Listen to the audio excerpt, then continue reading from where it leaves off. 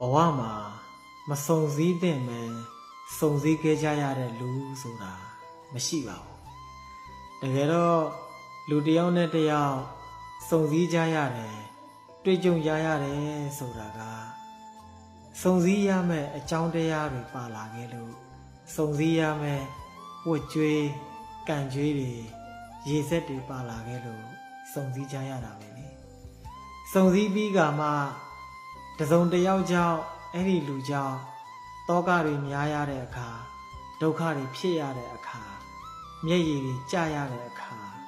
နာကျင်ကြရတဲ့အခါမှသာဒီလူဟာအစောကတည်းကမစုံခဲ့တဲ့နာဘယ်တော့မှမတွေ့ခဲ့တဲ့နာဆိုပြီးတော့သတ်မှတ်ကြတာတကယ်တော့လူတစ်ယောက်နဲ့တစ်ယောက်စုံစည်းကြရတယ်တွေ့ကြုံကြရတယ်ဆိုတာကတော်ယုံတန်ယုံဘုံကံနဲ့လည်းမစုံစည်းနိုင်ပါဘူးတော်ယုံတန်ယုံဝတ်ကြွေးတော်ယုံတန်ယုံအာကုသိုလ်နဲ့လည်းမစုံစည်းနိုင်ပါဘူးတချို့ကြတော့လေဘုံကံတွေကောင်းတာချင်းတူမျှတဲ့အခါစုံစည်းကြရတယ်တရားတရားတွေတူမျှတဲ့အခါသီလတွေကိုကျင့်သီလတွေတူမျှတဲ့အခါစွန့်ကြဲပေးကလူတန်းချင်းတွေတူညီတဲ့အခါပညာအရာတွေတူညီတဲ့အခါမှာစုံစည်းကြရတယ်အဲ့ဒီအိမ်တော်ကြီးမျိုးကတော့အဲ့ဒီစုံတွေ့မှုမျိုးကတော့အေးချမ်းရတယ်ပျော်ရွှင်ရတယ်ငြိမ်းချမ်းရတယ်ဒီလိုမှမဟုတ်ဘဲနဲ့ဝတ်ကြွေးကံကြေးတွေပါခဲ့လို့အာဟုသူတွေအတူပြုခဲ့မိလို့စုံစည်းကြရတယ်ဆိုရင်တော့အဲ့ဒီဘဝတွေအဲ့ဒီတွေးဆုံမှုတွေကနာကျင်ကြရတယ်ငိုကြွေးကြရတယ်တောကတွေများကြရတယ်ဒုက္ခတွေကြုံကြရတယ်အဲ့ဒီအခါကျတော့လေဝကြွေးကြည့်လိုက်တာဆိုပြီးတော့အပြစ်တင်ကြပြန်တယ်တကယ်ကြတော့လေဦးစင်းတို့လည်းမကောင်းတဲ့လူကောင်းတဲ့လူတွေနဲ့ကြုံဘူးတာပါပဲ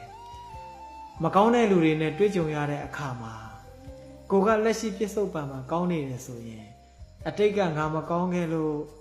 အခုငါကောင်းမှလည်းရဲ့ကင်နဲ့မကောင်းတဲ့လူနဲ့ဆုံတွေ့ရတယ်လို့နှလုံးသွင်းပြီးတော့ကိုကောင်းအောင်ထပ်ပြီးတော့ကြိုးစားပါမေတ္တာပွားပါကောင်းတဲ့လူတွေနဲ့စုံစည်းရပြန်ရင်လည်း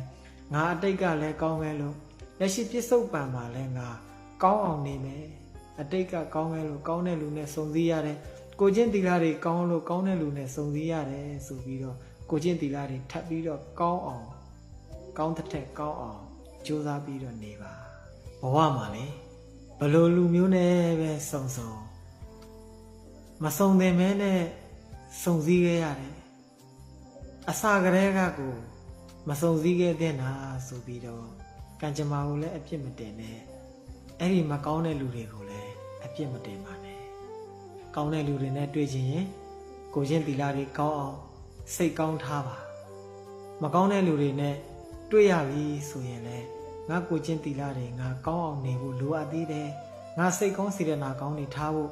လိုအပ်သေးတယ်ငါမကောင်းခဲ့လို့မကောင်းတဲ့လူနဲ့တွေ့ရတယ်ဆိုပြီးတော့အတတ်နိုင်ဆုံးကို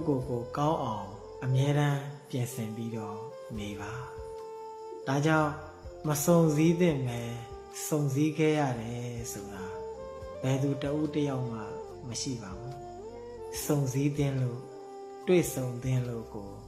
စုံခဲ့ကြရတဲ့လူတွေကြီးပါပဲမေတ္တာနှလုံးကိုယ်စီသုံးရှင်ပြုံးကြပါစေ Isabella, Vedike Praname.